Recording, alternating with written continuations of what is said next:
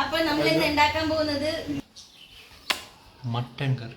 Mutton വേണം, അതുപോലെ ഇഞ്ചിയും അതുപോലെ തന്നെ വെളുത്തുള്ളിയും പേസ്റ്റ് ആണ്. പിന്നെ നമ്മൾ കുഞ്ഞുള്ളി എടുത്തിട്ടുണ്ട്, അതുപോലെ നമ്മൾ സവോള എടുത്തിട്ടുണ്ട്, പിന്നെ നമ്മൾ എടുത്തിട്ടുണ്ട് പുതിനയിലയും മല്ലിയിലയും. ഓക്കെ ഗൈസ്, ഇതൊരു കോമഡി വീഡിയോ ആവുന്നതാണ്. ഓക്കെ, ഇനി നമ്മൾ തക്കാളി എടുത്തിട്ടുണ്ട്, അതുപോലെ തന്നെ ചില്ലി എടുത്തിട്ടുണ്ട്.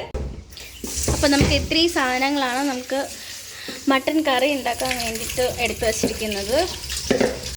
ഇനി നമുക്ക് കഴുകി വെച്ചിരിക്കുന്ന മട്ടനിലേക്ക് ആവശ്യമായിട്ടുള്ള മസാലകളാണ് നമ്മൾ ആദ്യം തന്നെ നമ്മൾ ഇഞ്ചി ആഡ് ചെയ്യുവാണ്. അതിനുശേഷം നമ്മൾ മുളക് പൊടി, മഞ്ഞൾപ്പൊടി, പിന്നെ മസാല, കുരുമുളക്. ഇനി നമ്മൾ ഇടാൻ പോകുന്ന മഞ്ഞൾപ്പൊടിയാണ്. ഇന്ന് എൻ്റെയും ചേട്ടൻ്റെ കുക്കിങ്ങാണ്, കൂടുതൽ ചേട്ടനായിരിക്കും.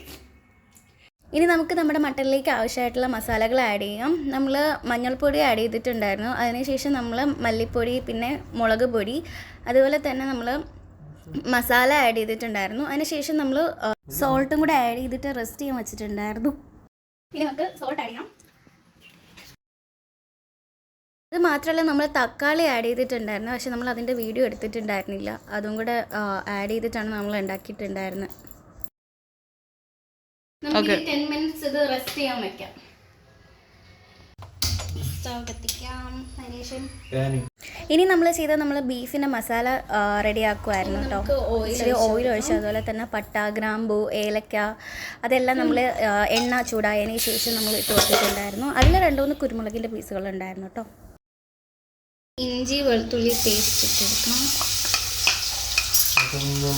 ഇത് നമ്മൾ മിക്സ് ചെയ്തതിന് ശേഷം നമ്മളടുത്ത് കുഞ്ഞുള്ളിയാണ് ഇട്ട് കൊടുക്കുന്നത്. നമുക്ക് കുഞ്ഞുള്ളി ഇതിലേക്ക് ഇട്ട് കൊടുക്കാം.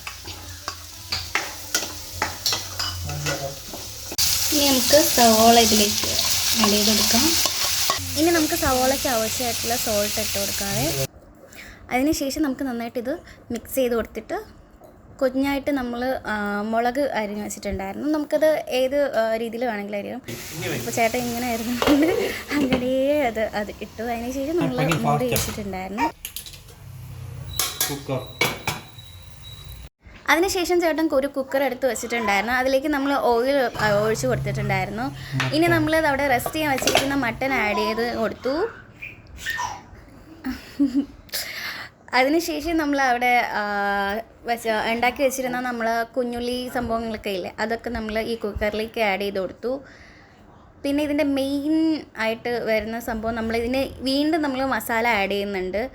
അത് ആ പാനിൽ തന്നെയാണ് കേട്ടോ. നമ്മൾ ഈ കുഞ്ഞുള്ളിയൊക്കെ എടുത്ത് അതേ പാനിൽ തന്നെ നമ്മൾ മസാല കാര്യങ്ങളൊക്കെ അതിൻ്റെ അകത്ത് ആഡ് ചെയ്യുന്നുണ്ട്. കുഞ്ഞുള്ളിയും അതുപോലെ നമ്മുടെ സവോളയും എല്ലാം കൂടി ഇട്ടാലേ നമ്മുടെ മട്ടന് നല്ല ടേസ്റ്റ് ഉണ്ടാവും.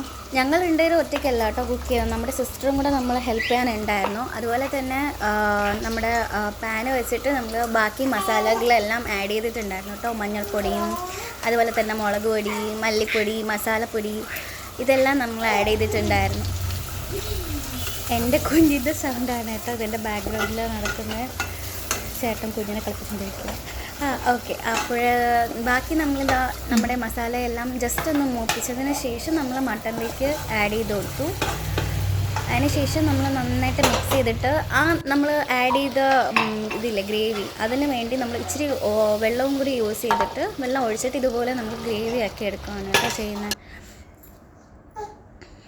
എങ്കിൽ മാത്രമേ നമുക്ക് കുറച്ച് ഗ്രേവി ഉണ്ടാവത്തുള്ളൂ, ഇല്ലെങ്കിൽ നമ്മൾ ഭയങ്കര ഗ്രേവി ഇല്ലാണ്ടായിപ്പോൾ.